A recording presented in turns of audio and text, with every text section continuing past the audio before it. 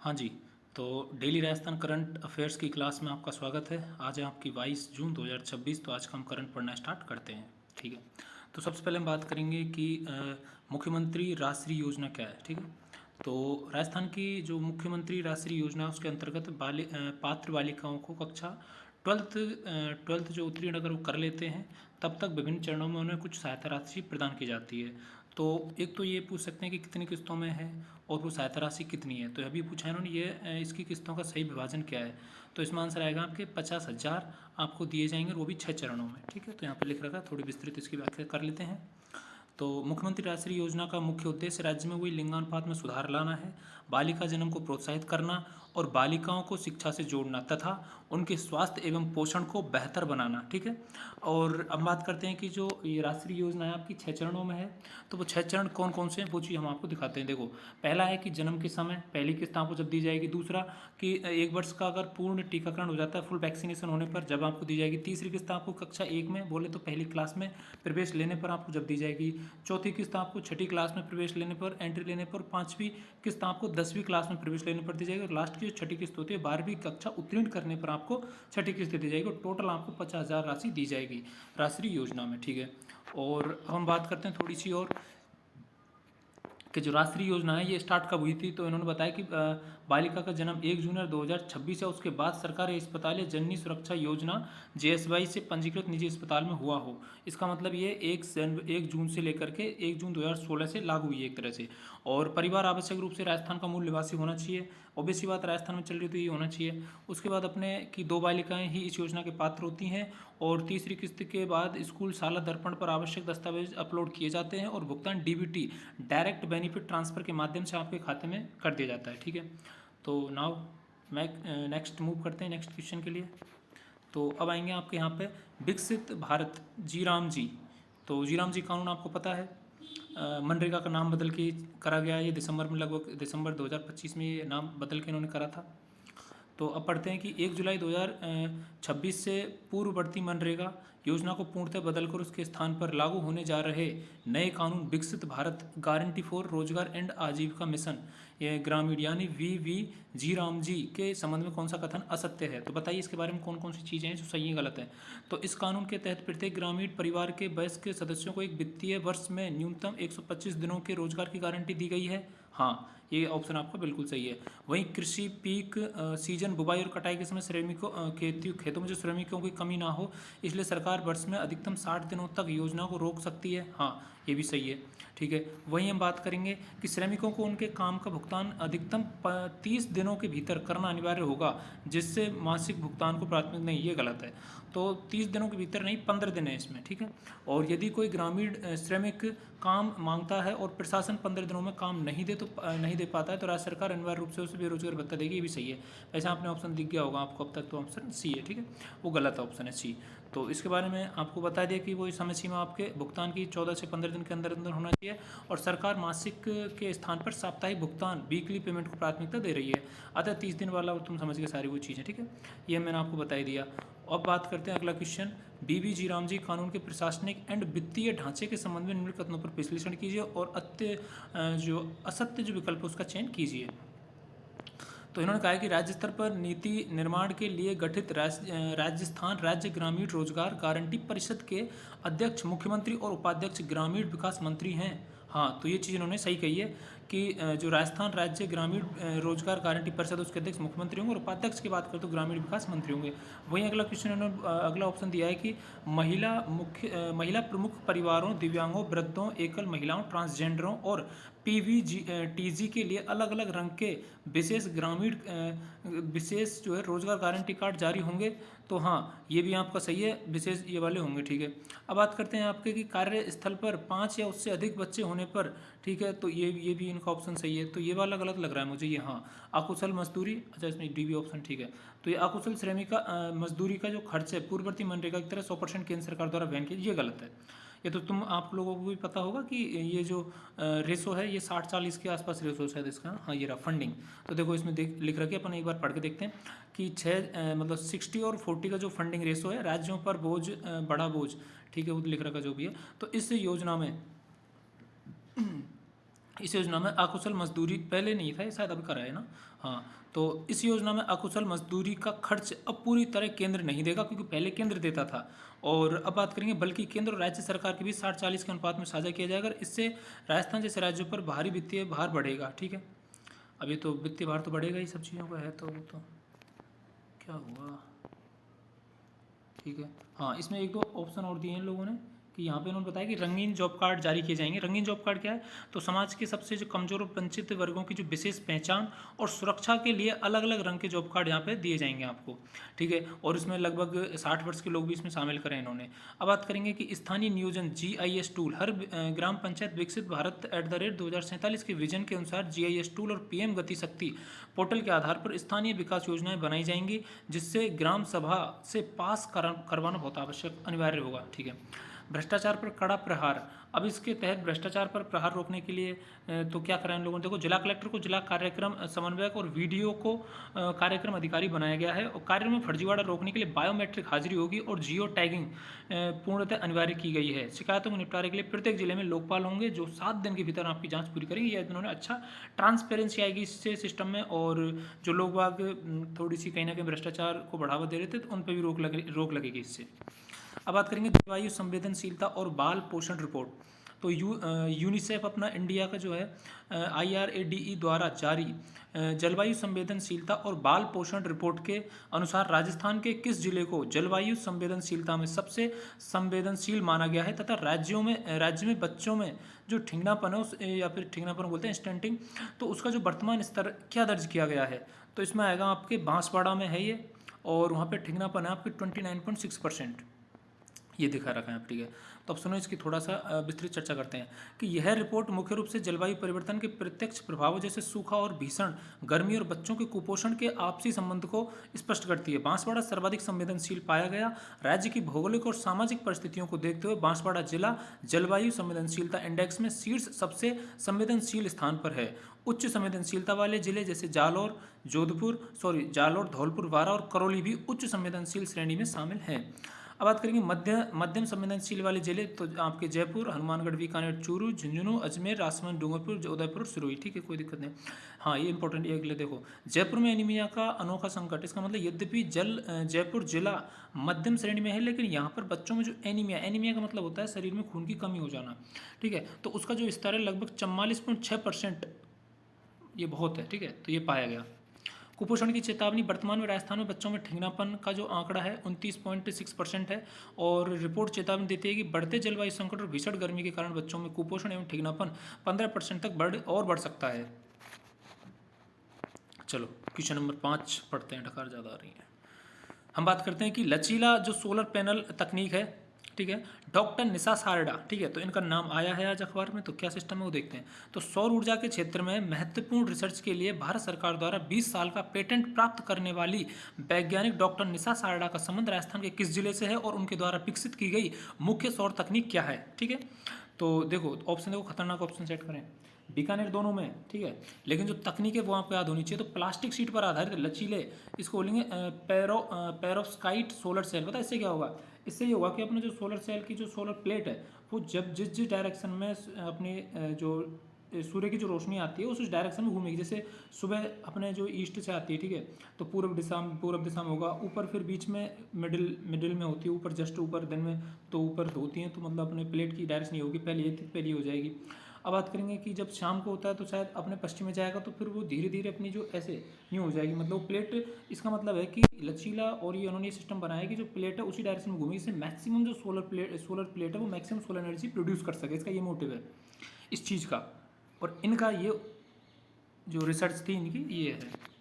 तो देखो इसी भाई पढ़ लेते हैं, यहाँ लिख रखा, बीकानेर लचीले पेरोप्स्काइट सोलर सेल।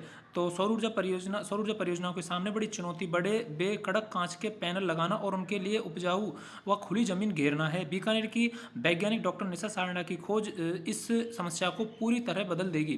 तकनीकी का जादू, इसका मतलब उन्होंने प्लास्टिक शीट का उपयोग करके फ्लेक्सिबल, और इसमें आएगा पेरोप्स्काइट सोलर सेल का विकास किया है। फायदा और उपयोग, ये सोलर पैनल आसानी से मोड़े जा सकते हैं, बता रहा था उस हिसाब से मैं, और वजन में वेद हल्के और पारंपरिक सिलिकॉन पैनल से काफ़ी सस्ते हैं, और इन्हें घरों घरों की खिड़कियों, पोर्टेबल इलेक्ट्रॉनिक डिवाइसों और यहाँ तक कि कारों, ट्रेनों की छतों पर आसानी से चिपकाकर बिजली बनाई जा सकती है।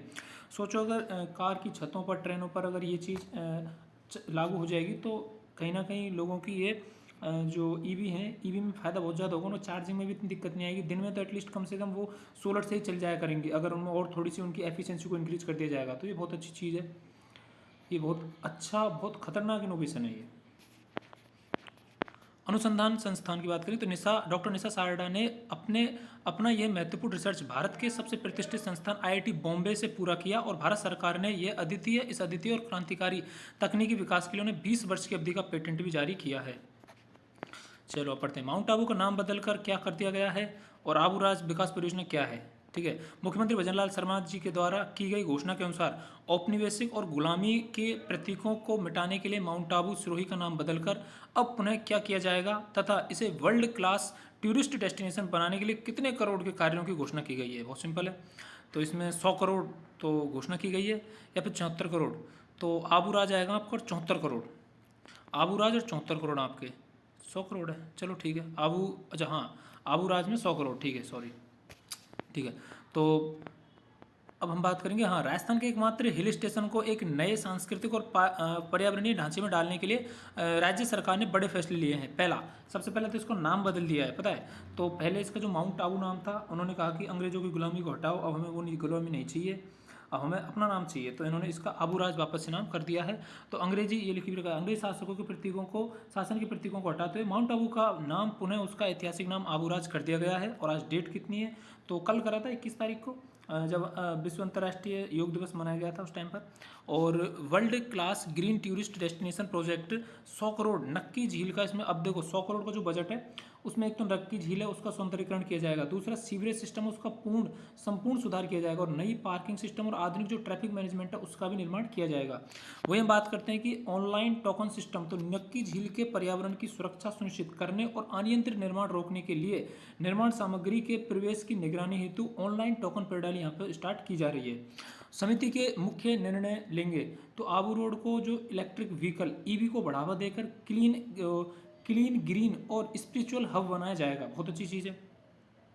उसके बाद विवेकानंद पार्क गुरु शिखर, सबसे ऊंची चोटी 1722 मीटर शायद इनकी ऊंचाई है। अर्बुदा देवी मंदिर और दत्तात्रेय मंदिर का सौंदर्यकरण किया जाएगा। और भारत माता नमन स्थल को नमो उद्यान के रूप में विकसित किया जाएगा। भारत माता एक नमन स्थल है, उनको नमो उद्यान के रूप में यहाँ विकसित किया जाएगा। और प्रशासनिक मॉनिटरिंग में अगर देखें तो इन सभी जो बड़े विकास कार्यों की जो नियमित मॉनिटरिंग है राज्य के मुख्य सचिव, बोले तो चीफ सेक्रेटरी और संभागीय आयुक्त करेंगे। कितनी बड़ी बात है, इसका मतलब बहुत ज़्यादा सीरियस है इस चीज़ को लेकर के। अब बात करेंगे कि 12वां जो अंतर्राष्ट्रीय दिवस है उसके संबंध में थोड़े से 2-4 कथन हैं, उन पर आप बताइए कि राज्य स्तरीय मुख्य समारोह का आयोजन कहाँ किया गया। अभी हम पढ़ रहे थे ऊपर, कल भी हमने नोट्स में बताया था कि कहाँ पे हुआ, तो आबू राज हुआ आपके। आबू राज में भी नक्की झील के किनारे, और बजट कितना था 100 करोड़ का, अगर थोड़ा सा याद करा जाए तो नक्की झील के किनारे। तो इसकी विस्तृत व्याख्या और देख लेते हैं। 12वें अंतर्राष्ट्रीय योग दिवस पर राजस्थान के 2 प्रमुख शहरों में राज्य स्तर के भव्य कार्यक्रम आयोजित किए गए। आबू राज आपका मुख्य राज्य स्तरीय समारोह, तो नक्की झील के सुरम्य किनारे मुख्यमंत्री भजनलाल शर्मा की गरिमामयी उपस्थिति में मुख्य राज्य स्तरीय कार्यक्रम आयोजित किया गया, जहां हजारों साधकों ने एक साथ योग किया। वही हम बात करेंगे राजधानी जयपुर की, तो राजधानी जयपुर के सवाई मानसिंह SMS स्टेडियम में राज्यपाल हरिभाऊ बागड़े की अगुवाई में भव्य योग उत्सव का आयोजन किया गया। सांस्कृतिक जुड़ाव देखेंगे तो उसी दौरान अंबाजी मतलब मंदिर है ये अपना, कहाँ पे, गुजरात में बनासकांठा में। तो ये इस यात्रा के दौरान मुख्यमंत्री जी ने गुजरात के बनासकांठा स्थित सुप्रसिद्ध अंबाजी शक्तिपीठ के दर्शन कर पूजा अर्चना की। और ये मंदिर भौगोलिक रूप से राजस्थान बॉर्डर के अत्यंत निकट है। और RS, ठीक है, मतलब ये तो नोट्स में लिख रखा है ना, RS परीक्षाओं में कला संस्कृति मतलब थोड़ा इंपॉर्टेंट संदर्भ में पूछ ले जाते हैं, तो ठीक है, आप लोग समझ गए होंगे, थोड़ा सा मोटिवेशन मिले कि हाँ भाई ये चीज़ें पूछी जाती हैं, ऐसा नहीं कि बस पढ़ लिया, नहीं, अगर हम पढ़ा रहे हैं तो ये चीज़ें पूछी जाती हैं, बहुत इंपॉर्टेंट क्वेश्चन है ये। हम बात करेंगे खेल प्रदर्शन और ऐतिहासिक विश्व रिकॉर्ड जून 2026 का। वही तो जून 2026 में खेल जगत में स्थापित नए कीर्तिमानों के संदर्भ में निम्नलिखित में कौन सा मिलान गलत है। तो जून क्या आज के कल का, ये तो खैर कोई दिक्कत नहीं है। तो कृष्ण नागर Rajasthan French open para badminton और SS6 गोल्ड श्रेणी में गोल्ड मेडल विजेता, हाँ ये सही है इनका। अगला बात करें हरमनप्रीत कौर, तो दुनिया में 200 T20 इंटरनेशनल मैच खेलने वाली पहली क्रिकेटर महिला और पुरुष दोनों मिला के, ये भी सही कथन है। वैभव सूर्यवंशी T20 क्रिकेट इतिहास में महज 15 गेंद नहीं, T20 नहीं है, लिस्ट ए करके है वो, ये नहीं है शायद, तो ये गलत है। भारतीय महिला हॉकी टीम न्यूजीलैंड को 2-0 से हरा करके दूसरी बार महिला नेशंस कप की विजेता बनी, ये भी सही है। तो आ जाओ देखो विस्तृत देखते हैं, ये लिख भी रखा है आंसर। तो खेलकूद समसामयिक जुड़े, ठीक है। आ जाओ वैभव सूर्यवंशी का रिकॉर्ड हम बात करेंगे तो इन्होंने श्रीलंका के विरुद्ध मैच में मात्र 11 गेंदों में हाफ सेंचुरी, बोले तो 50 रन बना करके लिस्ट ए क्रिकेट इतिहास का सबसे खतरनाक, सबसे तेज अर्धशतक लगाने का विश्व रिकॉर्ड उन्होंने बना दिया है। और हम बात करेंगे कि प्रश्न में दिया गया वो T20, ठीक है, 15 वो गलत है। तो आ जाओ अब बात करें हरमनप्रीत कौर, जो हमको बताई दिया आपको मैंने, ठीक है। आपको कृष्णा नागर, जो कि अपने राजस्थान के विख्यात बहुत ज़्यादा पैरामिंटन खिलाड़ी हैं, जिन्होंने फ्रांस के चार्ल्स नोएक्स को हरा करके, किसको हरा करके, बैडमिंटन के हैं तो किसको हराया, एक ध्यान रखना, चार्ल्स नोएक्स को हरा करके French open para badminton SH6 category में स्वर्ण पदक अपने नाम किया, ठीक है। और हम बात करेंगे महिला हॉकी की बात करेंगे तो भारत ने न्यूजीलैंड को 2-0 से शिकस्त देकर लगातार दूसरी बार महिला नेशंस कप जीता। और FIH जो है उनकी जो प्रो लीग है उसके लिए वो क्या होगी, क्वालिफाई होगी, ठीक है। और हम बात करेंगे स्क्वैश तो अभय सिंह वेलावन, तो भारत की अभय सिंह और जो वेलावन सेंथिल कुमार की सर्वश्रेष्ठ जोड़ी ने पाकिस्तान की नासिर इकबाल और नूर जमान की जोड़ी को हराकर लगातार तीसरी बार एशियन डबल्स स्क्वैश चैंपियनशिप का भी खिताब जीता। ये भी थोड़ा सा आप याद रख लेना।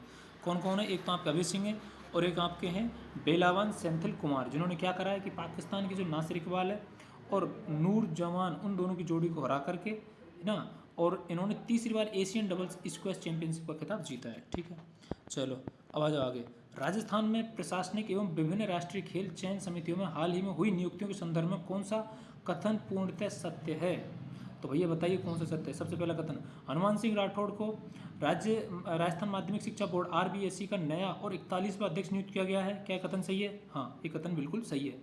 दूसरा, वरिष्ठ वास्तुविद प्रोफेसर तरुण चंद्र को 2 वर्ष के कार्यकाल हेतु MNIT जयपुर के वास्तुकला एवं नियोजन विभाग का नया विभागाध्यक्ष, बोले तो HOD, हेड ऑफ डिपार्टमेंट, नियुक्त किया गया है। तो हाँ, ये भी सही है। अगला, जयपुर के अंतर्राष्ट्रीय वॉलीबॉल खिलाड़ी लवमीत कटारिया को भारतीय अंडर 18 जो वॉलीबॉल टीम है उसकी राष्ट्रीय चयन समिति में शामिल कर मुख्य चयनकर्ता बनाया गया है। ये भी एकदम एक्यूरेट ऑप्शन है। इसका मतलब आपका ऑप्शन आएगा C, 1 2 3 तीनों सत्य हैं ये राउंड का, ठीक है। तो मैंने आपको बता दी सारी चीज़। एक इसमें ये अतिरिक्त है कि वर्तमान में जो वासुदेव देवनानी राजस्थान विधानसभा के अध्यक्ष हैं, ठीक है।